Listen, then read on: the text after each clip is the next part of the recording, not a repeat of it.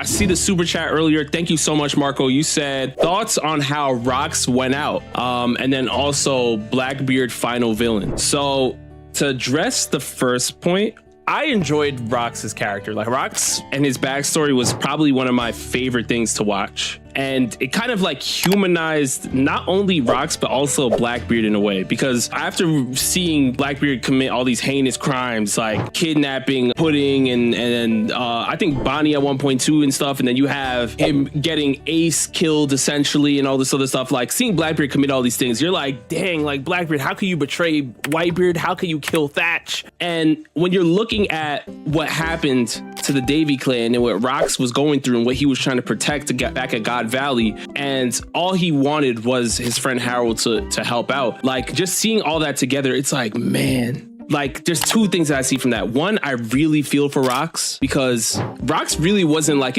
he wasn't a great guy, but he really wasn't like an evil villain either. He was really just like a pirate that wanted to protect the Davy clan. He wanted to protect God Valley, and things just went awry, right? But then you also look back and say, Harold, how could you be so foolish? How could you allow yourself to be finessed by the government in a way where you already know that the government is not going to be on your side? And I feel like him going out the way he did, it was sad, because when I think back at Rox's story, all I think about is, imagine if Harold pulled up to God Valley. Imagine. Not saying they would have defeated Emu or anything, but at least more people would have been saved. God Valley wouldn't have turned out the way it turned out. They hold him. They did him dirty. They did him dirty. He didn't deserve to go out like that. Man. Emu itself, right? Kind of like makes me question, like, do I really like this avenue of villain? Because all the villains that we have in One Piece are very grounded, got it out the mud. I wasn't just like you, but you know, I'm a pirate, I'm a this, I'm a that. And when we start getting into Eam, kind of like throughout history, corrupting some of the greatest moments, not corrupting, but having influence on some of the greatest moments that are foreshadowed in One Piece, it kind of makes you think like, well, I wonder how great it would have been without Eam. You know what I mean? If it really was the pirates and the Marines going at it for this cause, and Rox was doing it off the strength, you know what I mean? That's kind of the only like critique I guess I have about God Valley and just Rox's ending, because it's just like, man, like Eam is apparently just kind of involved in all this. You're just like, I feel you. Oh, you're upset that Emu was there, kind of. Yeah, kind of. Because we used to think about this battle all the time for years, you know? Yeah. Rox and Roger versus Garp.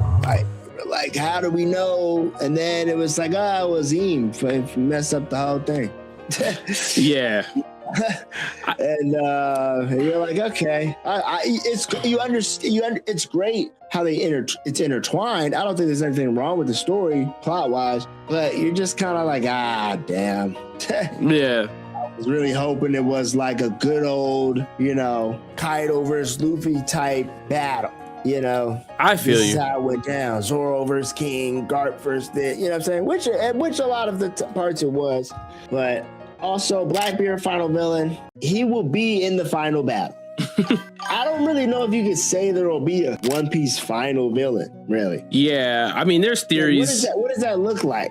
There's theories that people think that Blackbeard is going to essentially steal Emu's devil fruit, which, I mean, if it does happen, obviously that'll make him ridiculously OP. But I've always looked at Blackbeard and said, yeah, you're a finesser. Yeah, you have a power boost off screen. But what is that hockey looking like, though? And I need to see more hockey feats from Blackbeard. If his hockey gets upscaled, then we can start having these final villain conversations, which I hope it does. I hope it does upscale, because it would be fun to watch. But right now, it's like Blackbeard can come in with all the devil fruits he wants, but at the end of the day, the hockey needs to be there too. If the hockey's not there, you know, there's people that will definitely be able to stop you.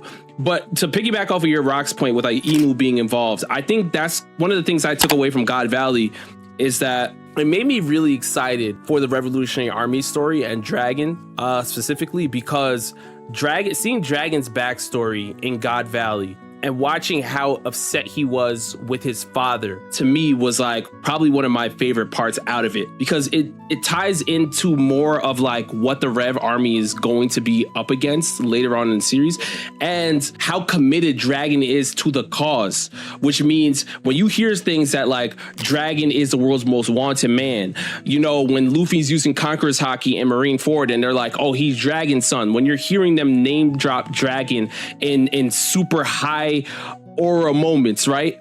It kind of calls back to that moment in God Valley and Dragon seeing the Holy Knights in action and seeing all the evil that's, you know, being put on display by the world government, and him looking at it and saying, you know what, I need to dismantle this seriously. So it makes you look at the freedom fighters. It makes you look at Dragon doing all these certain things behind the scenes. It makes you look at Asabo and say, like, you guys are probably going to be some of the like craziest fighters when it's really time to go get busy, you know? And now he came down from the Holy Land. So I'm really excited to see what the Rev Army cooks up later on in the series. Yeah, I feel that.